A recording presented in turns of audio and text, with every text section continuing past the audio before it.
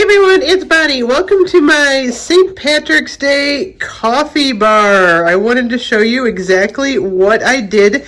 I changed up Valentine's Day the other day. So the centerpiece here is I've got two shelves and I got some Dollar Tree items. I got this little shamrock over here, some cute little, this is actually a balloon holder, but it looks really nice here. I've got a little hat. I've got some coins. And then I've got my Rae Dunn Irish mugs with my sugar and creamer.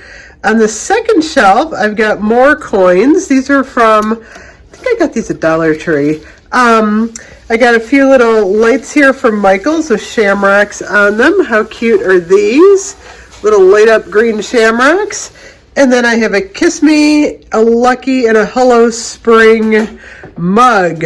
Down below, over here, I have some green straws next to my lights, and then I also picked up some spring Swedish fish gummies. These are so cute, they come with little eggs. Those are kind of Eastery. But you know what I did? I kind of cheated. This is my Halloween bowl, and I just turned it around because it's green inside, so you can kind of reuse that stuff. I got this cute little look of the Irish stone figurine here at Dollar Tree for $1. Then I've got some little fudge things here, and then I've got my Newman's organic peppermint tea. I've got some green tea.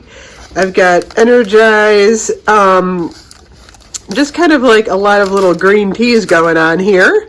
I keep my other tea in these Rae Dunn tall containers here. Going down right here, I've got my coffee pot. I've got some cute little shamrock paper mugs here. And then I have got, how cool is this? Oops, my shadow's in the way. That's not good. I have got a Bless This Irish Home from Dollar Tree. I have got some carnations, leprechaun snacks. And then in the second, this is my husband's coffee pot. We use one for coffee and one for tea. These go on the outside of the cup. I've got Liquid Luck and Cup o' the Irish.